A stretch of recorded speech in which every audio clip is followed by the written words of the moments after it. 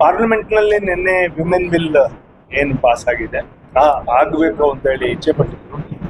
ಅದ್ರ ಜೊತೆಗೆ ಕ್ಷೇತ್ರ ವಿಂಗಡಣೆ ಕೂಡ ಜೊತೆಗೆ ಸೇರಿಸ್ಕೊಂಡಿರ್ತಕ್ಕಂಥ ಸಂದರ್ಭ. ಐ ಥಿಂಕ್ ಇವಾಗ ಮಾಡಿದ್ರೆ ಎಲ್ಲದಕ್ಕೂ ಕೂಡ 50% ಇನ್ಕ್ರೀಸ್ ಅಂತ ಹೇಳ್ಬಿಟ್ಟು ಏನು ಹೇಳಿದ್ರು, ತಗೊಂಡಿದ್ರೆ ಒಳ್ಳೇದಿತ್ತು ಅಂತೇಳಿ ನಾನು ಭಾವಿಸ್ತೇನೆ. ಯಾಕಂದ್ರೆ ಅದನ್ನ ಮಾಡಿದ್ರೆ ಬಟ್ ಲ್ಯಾಕ್ಯೂನಸ್ ಕೆಲವೆಲ್ಲವೂ ಕೂಡ ಇದ್ದಾವೆ, especially on the basis of the population census which was ಇವಾಗ ನಡೀತಾ ಇರೋದು. ಪಾಪ್ಯುಲೇಷನ್ ಸೆನ್ಸಸ್ ಇವಾಗ ನಡೀತಾ ಇದ್ದರಿಂದ ಅವರೆಲ್ಲರೂ ಕೂಡ ಪಾಪ್ಯುಲೇಷನ್ ಕಡಿಮೆ ಆಗುತ್ತೆ ಅಥವಾ ಜಾಸ್ತಿ ಆಗುತ್ತೆ, ರಿಯಾಲಿಟಿ ಏನಿದೆ ಗೊತ್ತಿಲ್ಲ ಅನ್ನೋದು ಬಹಳಷ್ಟು ಭಾವನೆ.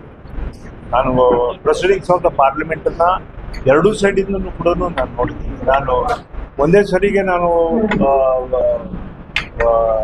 ಮಾಡಿರ್ತಕ್ಕಂಥದ್ದನ್ನ ವಿರೋಧ ಯಾಕೆ ಮಾಡಿದ್ರು ಅಂತ ಹೇಳಿ ಅಥವಾ ಇವ್ರು ಯಾಕೆ ಪರವಾಗಿ ವಿಶ್ಲೇಷಣೆ ಮಾಡೋದಕ್ಕೆ ಹೋಗೋದಿಲ್ಲ.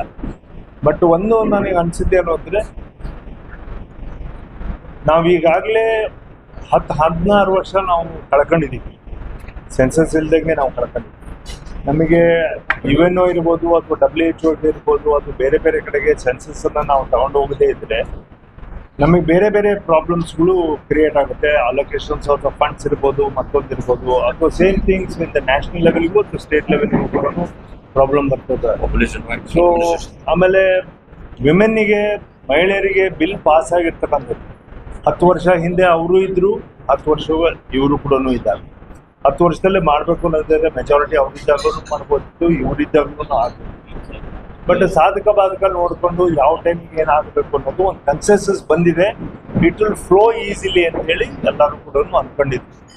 ಬಟ್ ಅದಕ್ಕೆ ಕಾಂಗ್ರೆಸ್ ಪಕ್ಷ ಮತ್ತು ಸಮಾಜವಾದ ಮತ್ತು TMC ಮತ್ತು DMK ಅವರು ಬಹಳ ದೊಡ್ಡ ಮಟ್ಟದಲ್ಲಿ ಅದನ್ನ ವಿರೋಧ ಮಾಡಿದ್ದಾರೆ, thinking that it will be big loss for delimitation ಮಾಡಿದ್ರಿಂದ ನಮಗೆ ದೊಡ್ಡ ಲಾಸ್ ಆಗುತ್ತೆ. ದಕ್ಷಿಣ ಭಾರತಕ್ಕೆ ಬಹಳ ದೊಡ್ಡ ಒಟ್ಟಾಗುತ್ತೆ. ಬಟ್ ಅದನ್ನೆಲ್ಲದನ್ನು ಕೂಡ ಪಾರ್ಲಿಮೆಂಟ್ ಅಲ್ಲಿ ಹೇಳಿದ್ರು, ಯಾವುದೇ ತರವಾದ ಗೊಂದಲ ಆಗೋದಿಲ್ಲ, ಲಾಸ್ ಆಗೋದಿಲ್ಲ.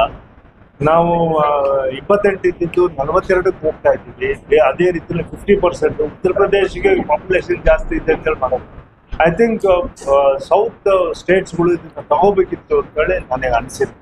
ಯಾಕಂದ್ರೆ ನಾಳೆ ದಿನ ಆದ್ರೂ ಕೂಡ it will be on the same criteria. Because census ಮೇಲೆನೆ ನೀವು ಮಾಡಕ್ ಹೋದ್ರೆ, ಪಾಪ್ಯುಲೇಷನ್ ಮಾಡಕ್ ಹೋದ್ರೆ, ನಾಳೆ ದಿನ ಇವ್ರು ಡಿಮ್ಯಾಂಡ್ ಮಾಡಿರ್ತಾರೆ ಸೆನ್ಸಸ್ ಮೇಲೆ ನಮಗೆ ಮಾಡಿ ಅಂತ ಹೇಳಿ ಕೇಳ್ಬಿಟ್ರೆ, we might lose a big chunk also because population in North India has increased in a big way. Population ಇಲ್ಲಿ it has controlled in a very big way. So ಆ ಪ್ರಕಾರ ಏನಾದರೂ ನಾಳೆ ದಿನ ಯಾವುದೇ ಸರ್ಕಾರ ಇದ್ದಾಗ ಅಥವಾ ಬಂದಾಗ ಈ ಥರದ್ದು ಏನಾದ್ರು ವಾದಗಳು ಬಂದ್ಬಿಟ್ರೆ, ಸೆನ್ಸಸ್ ಪ್ರಕಾರನೇ ನೀವು ಮಾಡಿ ಅಂದ್ರೆ ದಕ್ಷಿಣ ಭಾರತ ಬಹಳ ದೊಡ್ಡ ಮಟ್ಟದಲ್ಲಿ ಕಳ್ಕೊಬಹುದು ಅಂತೇಳಿ ನನಗೆ ಅನಿಸಿದೆ. ಇದೊಂದು ಗೋಲ್ಡನ್ ಆಪರ್ಚುನಿಟಿ. ಇದನ್ನ ನಾವು ದಕ್ಷಿಣ ಭಾರತ ನಾವು ಕಳ್ಕೊಂಡಿದ್ದೀವಿ ಅಂತೇಳಿ ನನ್ನ ಭಾವನೆ.